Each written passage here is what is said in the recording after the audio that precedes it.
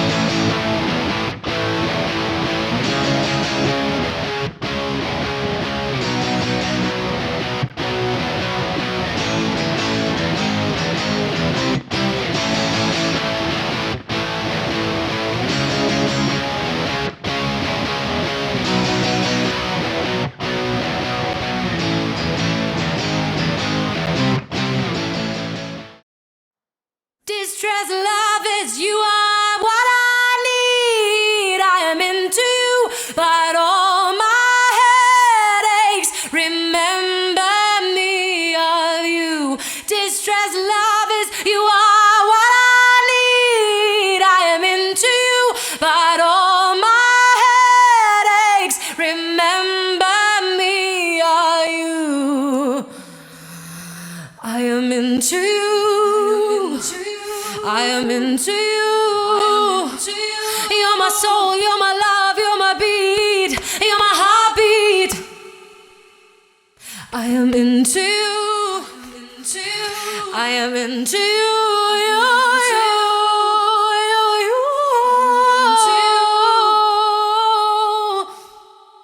Distress love is you are what I need. I am into you, but all my headaches remember me of you. Distress love is you are what I need. I am into you, but all my headaches remember me of you.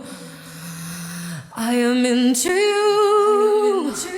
I am into you. You're my soul, you're my love, you're my beat, you're my heartbeat. I am into you. I am into you.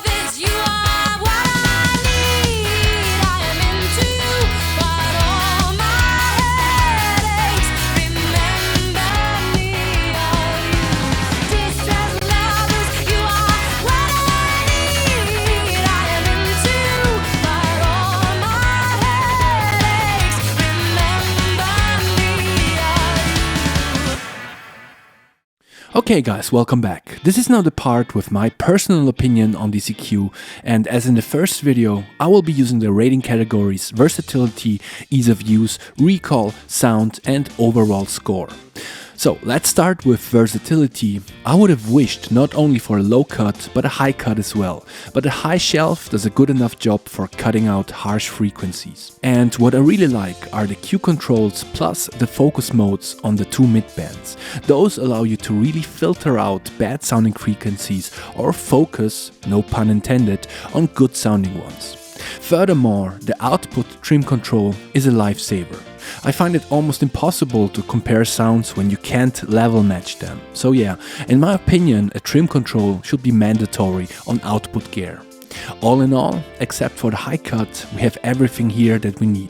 So I'm rating the SSL Ultraviolet with 4.5 stars in this category.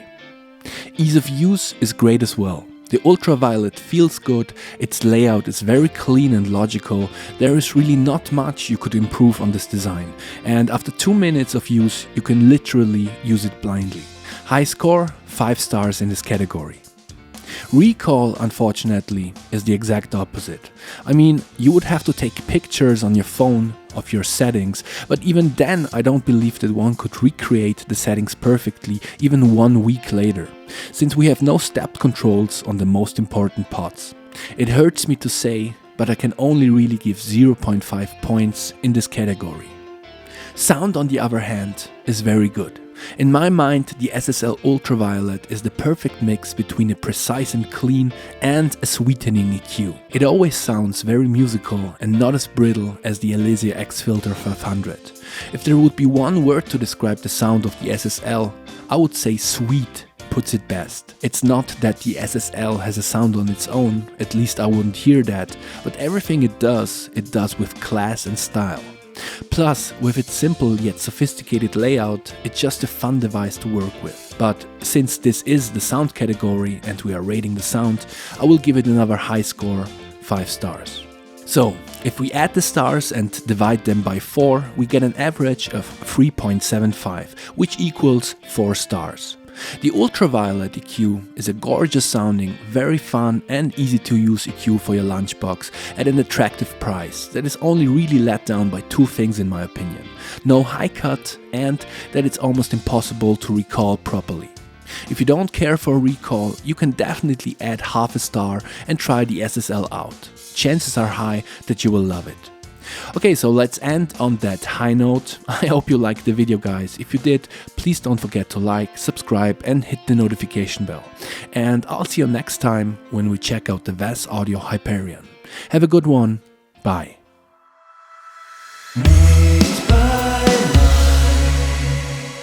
With 2 eyes.